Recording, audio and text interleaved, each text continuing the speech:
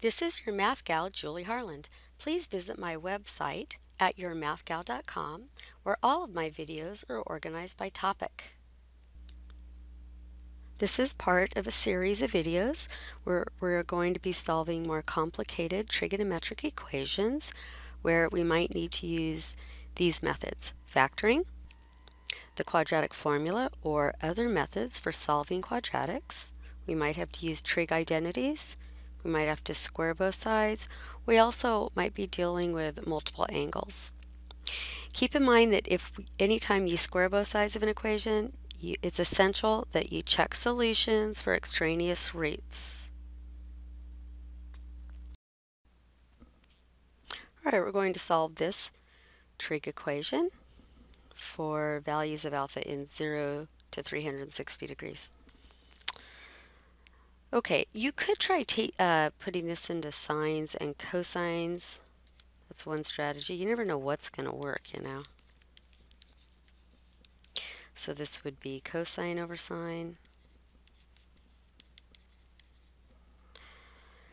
And then we could multiply both sides by sine, for instance.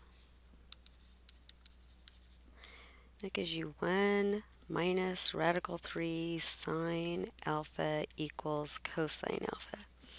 It doesn't look much more simplified than what I had to begin with, except I have cosines and sines.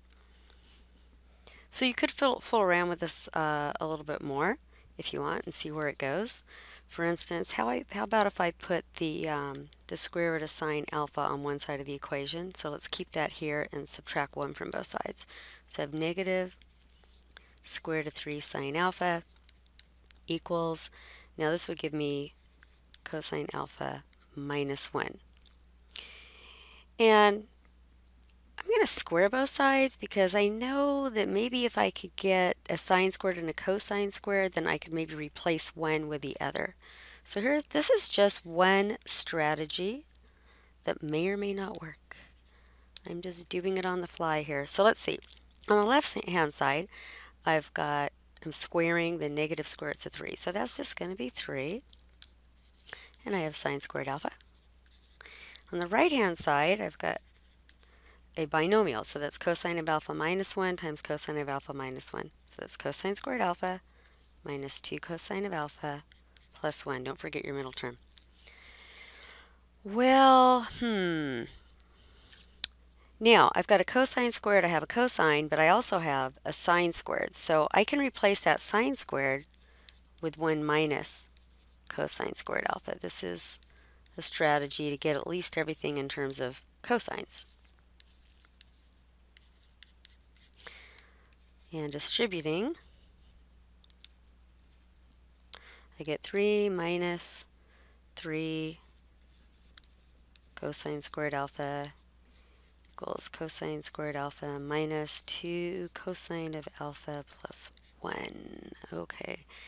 Now let's get everything on one side of the equation. I've got a quadratic going on here, right? Because I've got the squared term and then I've got this cosine of alpha. So how about if I put the 0 on the left? So I have 3 cosine squared alpha when I add that to both sides, right? I'm adding that to this cosine squared alpha. I still have this minus 2 cosine alpha. And then I'm going to subtract 3 from both sides. So what's this give me? 4 cosine squared alpha minus 2 cosine of alpha minus 2. And you notice there's a common factor on the right-hand side? I could divide everything by 2, or I could factor out of 2. I'm going to divide everything by 2. Since it's an equation and that's not 0, I'm just going to make it easier by writing 0 equals 2 cosine squared alpha minus cosine of alpha minus 1, and hope that factors. So let's see if it factors. That'd be a 1, that'd be a 1. Let's see, can I get the right middle term? Wow. I did it. So let's just keep going.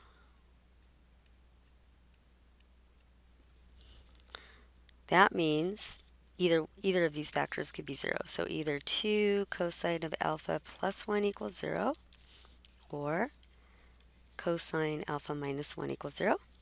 So this gives you the cosine of alpha equals negative 1/2. And this gives you the cosine of alpha equals 1. Right, there's only one place where the cosine of alpha equals 1, and that's at 0 degrees. All right, so that's a possibility here.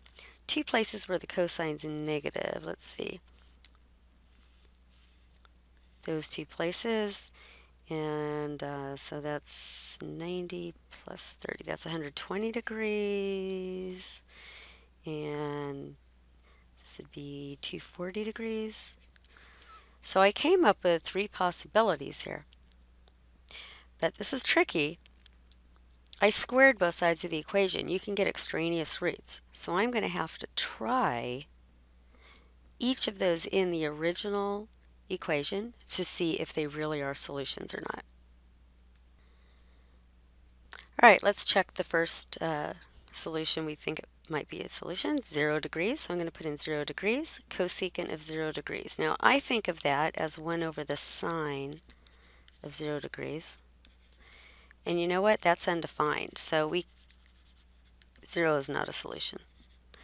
Okay, you can't come up with an undefined, so that's not a solution. So let's go ahead and check x equals 120 degrees. And actually, I meant to write alpha is what I'm checking, right? Alpha. Okay, so let's see, what's the cosecant of 120 degrees? So I'm going to draw a little picture of 120 degrees here. And that's 1 squared, negative 1 square root of 3, 2, and it's r over the y value. So it's 2 over square roots of 3, or 2 square roots of 3 over 3, minus, and I need to write this with a common denominator, so I'm going to write this as 3 square roots of 3 over 3, getting a negative 1 square roots of 3 over 3, so that is on the left-hand side. And over on the right-hand side, what's the cotangent? That would be the x over the y. That's a negative 1 over,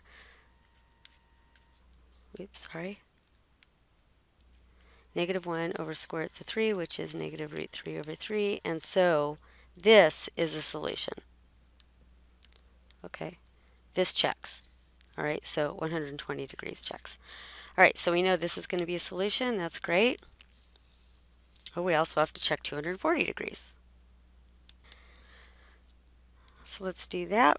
We're going to check when alpha equals 240 degrees. Whoops, sorry.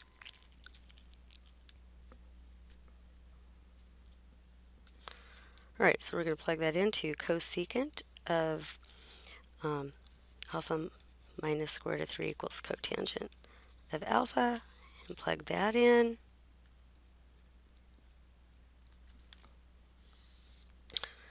So we have cosecant of 240 degrees minus root 3. 240 degrees is right here. Negative 1, negative root 3, 2, right? That's a 240. So the cosecant is the reciprocal of the sine. It's 2 over negative root 3. And 2 over negative root 3, if you multiply by square root of 3 over square root of 3, is going to be negative 2 root 3 over 3, minus, get a common denominator here, 3 root 3 over 3, that gives you a negative 1 square roots of 3 over 3. All right, now, what's the cotangent of alpha? Cotangent is the x over the y, so negative 1 over negative root 3 is obviously a positive number, so this one didn't check either. So all that work, and we found out that this is also not a solution. So in the end, if we go back to our original problem, this is the only solution that checked, 120 degrees. Lots of work. So after doing all of that, we came up with one solution, and it was 120 degrees. Now I did this by changing everything in terms of sines and cosines. Another way you could have done this problem is to keep it as is and square both sides, because there's a relationship between the cosecant and the cotangent if they both are squared. So I'm going to do that on the next video. Instead of changing it to cosines and sines, if you recognize that cosecant and cotangent, if you remember there's this formula relating them, that the cotangent squared x plus 1 equals cosecant squared x, for instance, what we could do is square both sides, and then we're going to either write cotangent squared instead in terms of cosecant, or vice versa. And when we do this, we'll get exactly the same answer, but the steps aren't quite as long. This is your math gal, Julie Harland. Please visit my website at yourmathgal.com, where all of my videos are organized by topic.